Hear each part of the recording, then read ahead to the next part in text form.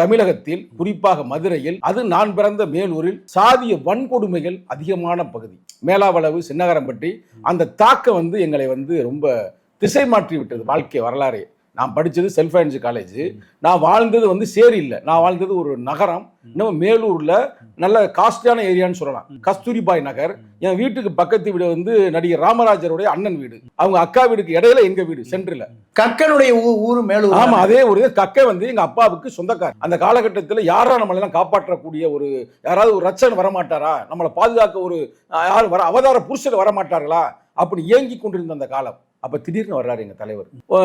ஒரு குறிப்பிட்ட ஒரு நிகழ்வின் காரணமாக நம்ம அந்த ஊரை விட்டு வெளியே போக வேண்டிய ஒரு சூழ்நிலை வருது. எங்க வீட்டுக்கு போலீஸ் எல்லாம் தேடி வருகின்ற ஒரு சிச்சுவேஷனுக்கு வருது. நீ இந்த வீட்டில் இருக்கார வெளியே ஓடுறா அப்படின்ற மாதிரி எங்க அப்பா நெருக்கடியை கொடுக்குறார். துபாய்க்கு செல்ல வேண்டிய ஒரு இது கிடைக்குது, பணி கிடைக்குது. அதான் சொல்லுவாங்க, படித்த கல்வி எங்க போனாலும் பயன்படுது.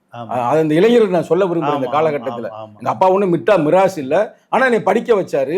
ஆனா படிச்ச அந்த கல்வி எனக்கு பயன்படுது.